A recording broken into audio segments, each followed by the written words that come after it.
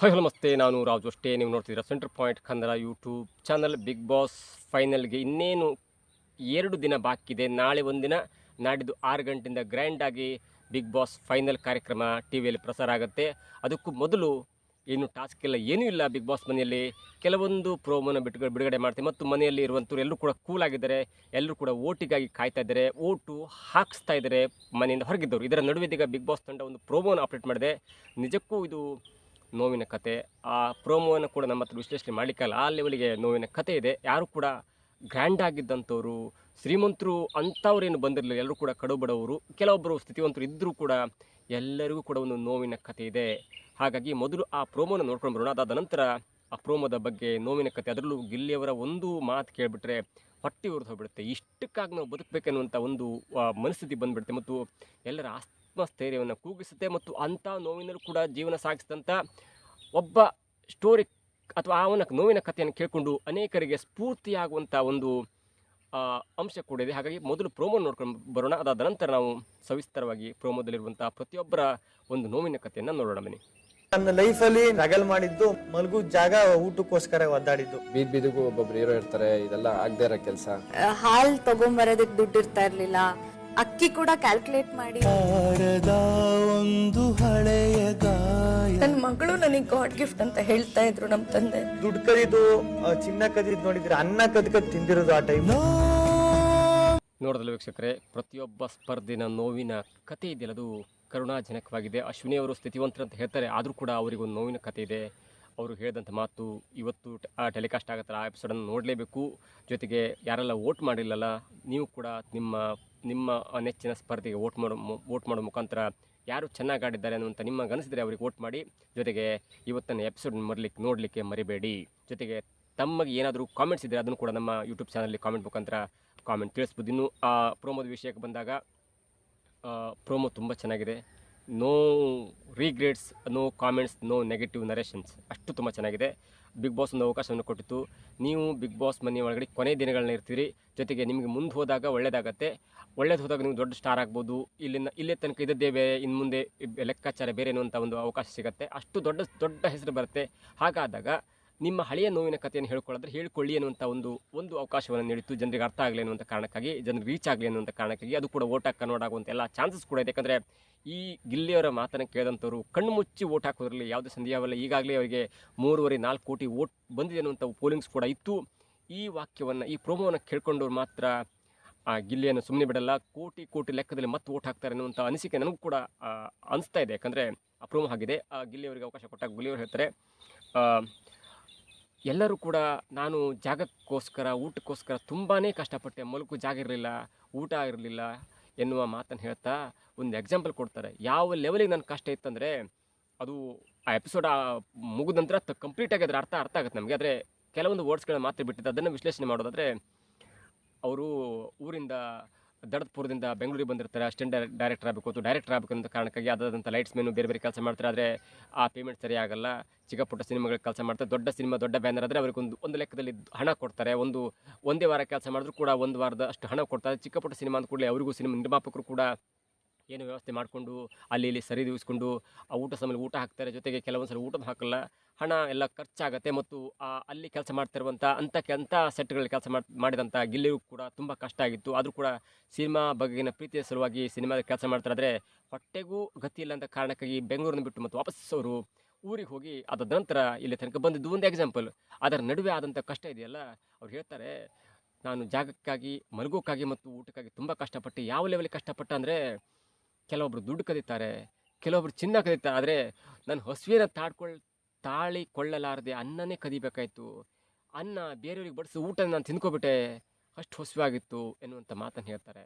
ಇದು ಒಬ್ಬ ನಿಯತ್ತಿನ ಪ್ರತಿಭೆ, ಇಲ್ಲೇ ತನಕ ಬಂದಂಥ ಪ್ರತಿಭೆ ಹೇಳಿದಂಥ ಒಂದು ಫಿಲ್ಟರ್ಲೆಸ್ ಸ್ಪೀಚ್ ಅಂತ ಹೇಳ್ಬೋದು. ಯಾರು ಕೂಡ ಹಾಗೆ ಮಾತಾಡಲಿಕ್ಕೆ ಸಾಧ್ಯ ಇಲ್ಲ. ಹಾಗಾಗಿ ಸುದೀಪ್ ಅವರು ಕೇಳ್ತಾಗ ಬಿಗ್ ಬಾಸ್ ಒಂದು ಅವಕಾಶನ ಕೊಟ್ಟಾಗ, ನಿಮ್ಮ 3 ಆಸೆಗಳನ್ನ ಹೇಳಿ ಅದರಲ್ಲಿ ಸಾಧ್ಯವಾದ ಒಂದು ಆಸೆ ನಾವು ಈಡೇರಿಸ್ತೇವೆ ಅನ್ನೋಂಥ ಮಾತು ಹೇಳಿದಾಗ, ಸಾರಾ ಸಗಟಾಗಿ ಹೇಳಿದ್ದು ಒಂದೇ ಮಾತು. ಅವರು ಆನೆ ಮೇಲೆ ಕೂತ್ಕೊಳ್ಬೇಕು, ಒಂದು ಸಿನಿಮಾ ನೋಡಬೇಕು, 3ನೇದಾಗಿ ನಲ್ಲೆ ಮೂಳೆ ತಿಂದು ಹೊಟ್ಟೆ ತುಂಬ ನಿದ್ದೆ ಮಾಡಬೇಕು, ಜೊತೆಗೆ ನನ್ನ ಡಿಸ್ಟರ್ಬ್ ಮಾಡಲಿಕ್ಕೆ ನಾಯಿ ಬೊಗಳ ಸೌಂಡನ್ನು ಹಾಕಬಾರ್ದು ಅನ್ನುವಂಥ ಒಂದು ನಿಯತ್ತಾದ ಒಂದು ಆಸೆಯನ್ನು ಕೇಳ್ಕೊಳ್ತಾರೆ. ಅದಕ್ಕೆ ತಕ್ಕದಂಥ ನಲ್ಲಿ ಮೂಳಿ ತಂದು ಕೊಡ್ತಾರೆ. ನಲ್ಲಿ ಮೂಳಿ ತಂದು ಕೊಡೋರು ಕೂಡ ಹೊಟ್ಟೆ ತುಂಬ ತಿಂದು ತೇಗಿ ಮಲಗಿಬಿಡ್ತಾರೆ. ಅದು ಒಬ್ಬ ಹಸಿದವನಿಗೆ ಮಾತ್ರ ಅರ್ಥ ಆಗುತ್ತೆ. ಅವ್ರಿಗೆ ಗೊತ್ತಿರುತ್ತೆ ಬಿಗ್ ಬಾಸ್ದಿಂದ ಹೊರಗೆ ಬಂದ ನಂತರ ನಾನು ಸ್ಟಾರ್ ಆಗ್ತೇನೆ, ನನಗೆ ಈಗಾಗಲೇ ಸ್ವಲ್ಪ ಹಣ ಇದೆ ಎನ್ನುವಂಥ ಮನಸ್ಸಿದ್ರು ಕೂಡ ನಾನು ನನ್ನ ಗ್ರೌಂಡ್ ಲೆವೆಲ್ ಬದುಕ್ತೇನೆ ಅನ್ನುವಂಥ ಹಠಕ್ಕೆ ಬಿದ್ದಂತಿದೆ. ಯಾಕಂದರೆ ಹಸುವೆಯಿಂದ ಮಲಗಿದಂಥ ಒಬ್ಬ ವ್ಯಕ್ತಿಗೆ ಮಾತ್ರ ಮತ್ತೊಬ್ಬ ಹಸುವು, ಮುಂದೆ ಆಗುವಂಥ ಹಸಿವು ಎಲ್ಲವೂ ಕೂಡ ಅರ್ಥ ಆಗುತ್ತೆ. ಇದು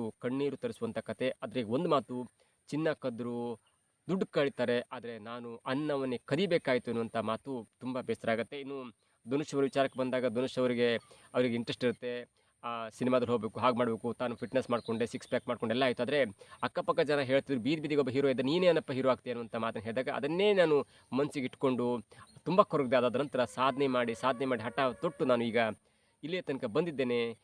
ಸೀರಿಯಲ್ಗಳಲ್ಲಿ ಹೀರೋ ಆಗಿದ್ದೇನೆ. ಈಗ ಜನರ ಮುಂದೆ ನಾನು ಬಿಗ್ ಬಾಸ್ ಮುಖಾಂತರ ಹೀರೋ ಆಗಿದ್ದೇನೆ ಅಂತ ಮಾತನ್ನು ಕೂಡ ಹೇಳ್ತಾರೆ. ಅದು ಸ್ವಲ್ಪ ಬೇಸರ ತರಿಸುವಂಥದ್ದು. ಯಾಕಂದರೆ ಆಡ್ಕೊಳ್ಳೋರು 1000 ಜನ ಇರ್ತಾರೆ. ಅಂಥ ನೋವಿನ ನಡುವೆಯೂ ಕೂಡ ಗೆದ್ದು ಬಂದು ಜನರ ಮುಂದೆ ನಿಲ್ಲೋದಿದೆ, ಅದು ಒಂದು ಸಾಧನೆ ಅಂತ ಹೇಳ್ಬೋದು. ಇನ್ನು ಕಾವ್ಯ ಅವ್ರ ಮಾತು, ಕಾವ್ಯ ಅವರು ಬಬ್ಲಿ ರಾಣಿ ಥರ, ಮಹಾಕಾವ್ಯ ಥರ ಎಲ್ಲವನ್ನು ಕೂಡ ಬಿಗ್ ಬಾಸ್ ಹೊಗಳಿದ್ದೆ ನೋಡಿದೆ. ಆದರೆ ಎಲ್ಲರಿಗೂ ಕಷ್ಟ ಇರುತ್ತೆ, ಪ್ರತಿಯೊಬ್ಬರು ಕಷ್ಟನೂ ಇರುತ್ತೆ. ಆದರೆ ಅವ್ರಿಗೆ ಹೋದ ಬಿಗ್ ಬಾಸ್ ಕಂಟೆಸ್ಟೆಂಟ್ಗಳಿಗೆ ಒಂದು ಚಾನ್ಸ್ ಸಿಕ್ಕಿతే ಹೇಳ್ತಾರೆ, ಅದು ಸೆಕೆಂಡು. ಇನ್ನೂ ತನಕ ತುಂಬ ಜನ ದಿನಕ್ಕೂ ಊಟಕ್ಕಿರಲ್ಲ. ಕೆಲವೊಬ್ಬರು ಬಸ್ ಸ್ಟ್ಯಾಂಡಲ್ಲಿ ಮಲಗ್ತಾರೆ, ಕೆಲವೊಬ್ಬರು ಬೇರೆ ಬೇರೆ ದಂಧೆನೇ ಮಾಡಿಬಿಡ್ತಾರೆ ಹೊಟ್ಟೆಗೋಸ್ಕರ. ಅದೆಲ್ಲ ಕತೆ ದೊಡ್ಡದಿದೆ. ಆದರೆ ಸಿಕ್ಕಂಥ ಅವಕಾಶವನ್ನು ಓಟಾಗಿ ಕನ್ವರ್ಟ್ ಮಾಡಲಿಕ್ಕೆ ಈ ಸ್ಪರ್ಧಿಗಳು ತುಂಬ ಚೆನ್ನಾಗಿ ಹೇಳ್ತಾ ಇದ್ದಾರೆ. ಕಾವ್ಯ ಹೇಳ್ತಾರೆ, ಹಾಲು ತರೋಕ್ಕೂ ದುಡ್ಡಿರಲಿಲ್ಲ, ಅಂದ್ರೆ ಹೊಟ್ಟೆಗೇನು ಹಾಲು ಬೇಕಂತಿರಲಿಲ್ಲ, ಆದರೂ ಮಕ್ಕಳ ಚಿಕ್ಕವರಿದ್ದಾಗ ಹಾಲು ತರಲಿಕ್ಕೂ ದುಡ್ಡಿರಲಿಲ್ಲ. ಕೆಲವೊಂದು ಕಾರಣಕ್ಕಾಗಿ ಹಾಲು ಇರಲ್ಲ ಮಕ್ಕಳಿಗೋಸ್ಕರ, ಆದರೆ ಹಾಲು ತರಲಿಕ್ಕೆ ದುಡ್ಡಿಲ್ಲ ಎನ್ನುವಂಥ ಮಾತನ್ನು ಹೇಳಿದ್ರು. ತುಂಬ ಬೇಸರ. ಯಾಕಂದರೆ ಮಕ್ಕಳಿಗೆ ಹಾಲಿಲ್ಲ ಅಂದರೆ ಭಾರಿ ಕಷ್ಟ. ಈಗಿನ ಮಕ್ಕಳಿಗಂತೂ ಹಾಲೇ ಬೇಕಾಗತ್ತೆ, ತುಂಬ ಕಷ್ಟ. ಇನ್ನು ಅಕ್ಕಿ ಅಂದರೆ ಅಕ್ಕಿಗೂ ಲೆಕ್ಕ ಇಡಬೇಕಿತ್ತು ಅನ್ನುವಂಥ ಮಾತನ್ನು ಹೇಳ್ತಾರೆ. ನೋಡಿ, ಬಡತನ ಅನ್ನೋದು ಯಾವ ಲೆವೆಲಿಗೆ ಒಂದು ಮನುಷ್ಯನನ್ನು ಬೇಸರ ತರಿಸುತ್ತೆ, ಜೀವನದಲ್ಲಿ ಜಿಗುಪ್ಸಿ ಹುಡ್ಸ್ಬಿಡುತ್ತೆ. ಅದರಲ್ಲಂತೂ ಈಗ ಬಡತನ ಆಗ ಬಡತನ ಹೇಗಾದರೂ ಸಹಿಸ್ಕೊಳ್ಬೋದಿತ್ತು, ಅಕ್ಕಿ ಸಾಲ ತಂದುಕೊಂಡು ಏನಾದರೂ ಬೇಯಿಸ್ಕೊ ತಿನ್ಬೋದಿತ್ತು. ಆದರೆ ಈಗಿನ ಬಡತನ ಇದೆಯಲ್ಲ, ಅದು ಪ್ರತಿಯೊಬ್ಬ ಶ್ರೀಮಂತರಿಗೂ ಬಡತನ ಬಂದುಬಿಡುತ್ತೆ. ಚೆನ್ನಾಗಿ ಒಂದು 20-30-40 ಸಾವಿರ ರೂಪಾಯಿ ಪೇಮೆಂಟ್ ಇದ್ದೂ ಕೂಡ ಬಡತನ ಬರುತ್ತೆ. ಯಾಕಂದರೆ ಸ್ಕೂಲ್ ಫೀಸೇ ಲಕ್ಷಗಟ್ಟಲೆ ಇರುತ್ತೆ. ನೀವು ಸಂಸಾರ ಸಾಗಿಸ್ಬೇಕು, ಬೆಂಗಳೂರಂಥ ಮನೆ ಇಲ್ಲ ಬೇರೆ ಬೇರೆ ಕಡೆ ಬಾಡಿ ಕಟ್ಟಬೇಕು, ಮಕ್ಕಳ ಮದುವೆ ಮಾಡಬೇಕು, ತನ್ನ ಒಂದು ಇನ್ಶೂರೆನ್ಸ್ ಮಾಡಿಸ್ಕೊಳ್ಬೇಕು, ತನ್ನ ಹೆಲ್ತ್ ಚೆಕಪ್ ಮಾಡ್ಕೊಳ್ಬೇಕು. ಒಂದು ಚಿಕ್ಕ ಪುಟ್ಟ ಆಪ್ರೇಷನ್ ಅಂದರೂ 5-6 ಲಕ್ಷ ಖರ್ಚಾಗುತ್ತೆ. ಹಾಗಾಗಿ ಇಲ್ಲಿ ಹಣವಂತರಿಗೂ ಬಡತನ ಬರುತ್ತೆ, ಸ್ಥಿತಿವಂತರಿಗೂ ಹಣ ಬರುತ್ತೆ. ನೀವು ಒಂದು 20-30 ಲಕ್ಷ ರೂಪಾಯಿ ಬ್ಯಾಂಕಲ್ಲಿ ಇಟ್ಟರೂ ಕೂಡ ಅವನಿಗೆ ಬಡತನ ಬರುತ್ತೆ. ಈಗ ಬಡತನಕ್ಕೆ ಬೆಲೆನಿಲ್ಲ, ಯಾವಾಗ ಏನು ಬೇಕಾದರೂ ಬಡತನ ಬರ್ಬೋದು. ಆ ಬಡತನಕ್ಕೂ ಈ ಬಡತನಕ್ಕೂ ತುಂಬ ವ್ಯತ್ಯಾಸ ಇದೆ. ಆಗಿನ ಬಡತನ ಏನು ಸಹಿಸ್ಕೊಳ್ಬೇಕಾದ್ರೆ ಈಗಿನ ಬಡತನ ಸಹಿಸ್ಕೊಳ್ಳುವಂಥ ಮನಸ್ಥಿತಿ ಯಾರಿಗೂ ಕೂಡ ಇಲ್ಲ. ಕಾವ್ಯ ಅವರು ಹೇಳಿದ್ದು ತುಂಬ ಬೇಸರ. ಇನ್ನು ಅಶ್ವಿನಿ ಗೌಡರು ತುಂಬ ಫೀಲ್ ಆಗ್ತಿದ್ರು. ಕೊನೆಯಲ್ಲಿ ಅವರು ಆಟದ ಟಾಸ್ಕ್ ಮುಖಾಂತರ ಕಳೆದ 1 ವಾರದಿಂದ ಅವರು ಟ್ಯಾಕ್ಟಿಕ್ಸು ಅದು ಗೊತ್ತಿಲ್ಲ, ಬಟ್ ತುಂಬ ಬದಲಾವಣೆಯ ಪ್ರೋಮೋ ಆಗಿದ್ದಂತೂ ಕಂಡಿದ್ದೇವೆ. ಕೆಲವೊಂದು ಸಲ ಅವರು ನನಗೆ ಧ್ರುವಂತರು ಹೋದಾಗ ಅವರು ಫೋಟೋ ಮುಂದೆ ನಿಂತಂಥ ರೀತಿ ಯಾಕೋ ಸ್ವಲ್ಪ ನನಗೂ ಕೂಡ ಬೇಸರ ಆಯಿತು. ಅವರು ಆಟ ಪಾಠ ಎಲ್ಲ ಬೇರೆ ಪ್ರಶ್ನೆ, ಆದರೆ ಧ್ರುವಂತವರು ಮನೆಯಿಂದ ಹೊರಗೆ ಹೋಗಿದ್ದು ಬೇರೆ ಥರನೇ ನನಗೆ ಅದು ಕಂಡುಬಿಡ್ತು. ಅಲ್ಲಿ ಅವರಿಗೆ ಫೋಟೋ ಮುಂದೆ ನಿಂತ್ಕೊಂಡು ತಲೆ ತೆಗೆಸ್ಕೊಂಡು ಅದನ್ನು ಮಾಡಬಾರ್ದಿತ್ತು. ಅದೊಂದು ಬಿಟ್ಟು ಅವರಿಗೆ ತಂದೆ ಮೇಲೆ ತುಂಬ ಪ್ರೀತಿ ಇದೆ. ತಂದೆ ಅಂದರೆ ತುಂಬ ಪ್ರೀತಿ, ಯಾಕಂದರೆ ಹೆಣ್ಮಕ್ಳಿಗೆ ತಂದೆ ತುಂಬ ಪ್ರೀತಿ. ಜೊತೆಗೆ ಅವರ ಒಂದು ದೇವಸ್ಥಾನಕ್ಕೂ ಕೂಡ ಸುದೀಪ್ ಅವ್ರನ್ನ ಕರೆದಿದ್ರು, ಬೇರೆ ಬೇರೆಯವ್ರನ್ನ ಕರೆದಿದ್ರು. ಅವ್ರು ಹೇಳ್ತಾರೆ, ಮಗಳಂದರೆ ಪಂಚಪ್ರಾಣ ಆಗ್ತಿತ್ತು. ಪಂಚಪ್ರಾಣ ಅಂದರೆ ಒಂಥರ ರಾಣಿ ಥರ ನೋಡ್ಕೊತಿದ್ರು. ನನಗೆ ನಮ್ಮ ಅಂದರೆ ಮಗಳಂದರೆ ನಮ್ಮ ತಂದೆಯವರಿಗೆ ಪಂಚಪ್ರಾಣ ಥರ ಇತ್ತು ಎನ್ನುವಂಥ ಮಾತು ಹೇಳಿದ್ರು. ಜೊತೆಗೆ ಅವರ ಹೋರಾಟಗಾರ್ತಿಯ ಒಂದು ಹಿನ್ನೆಲೆ, ಅವರು ಕಟ್ಟಿಸಿದಂಥ ರೀತಿ, ಅವರು ಬಾಳಿದಂಥ ರೀತಿ, ಅವರು ಎಂಜಾಯ್ ಮಾಡೋಂಥ ರೀತಿ ಎಲ್ಲವೂ ಕೂಡ ಮಗಳಾಗಿ ತನಗೆ ಖುಷಿ ಕೊಡುವಂಥ ವಿಚಾರ ಅಂತ ಹೇಳಿರ್ಬೋದು ಎನ್ನುವುದು ನನಗೆ ಲೆಕ್ಕ ಅನಿಸ್ತದೆ. ಬಟ್ ಪೂರ್ತಿ ಎಪಿಸೋಡ್ ನೋಡಿದಾಗ ಅರ್ಥ ಆಗುತ್ತೆ. ಆದರೆ ಈ ಗಿಲ್ಲಿಯವರು ಹೇಳಿದಂಥ ಮಾತು ಕೇಳಿ ಬಿಕ್ಕಿ ಹತ್ಬಿಟ್ಟಿದ್ದಾರೆ ರಕ್ಷಿತಾ ಶೆಟ್ಟಿ ಅವರು. ನೋಡಿ, ಕೆಲವೊಂದು ಸಲ ಹೇಳಲಿಕ್ಕಾಗಲ್ಲ, ಆದರೆ ಅನ್ನ ಅಂತ ಬಂದಾಗ ತುಂಬ ಜನ ಅದನ್ನು ಅನುಭವಿಸಿರ್ತಾರೆ, ತುಂಬ ಜನಕ್ಕೆ ಅದು ಅರ್ಥ ಆಗಿರುತ್ತೆ.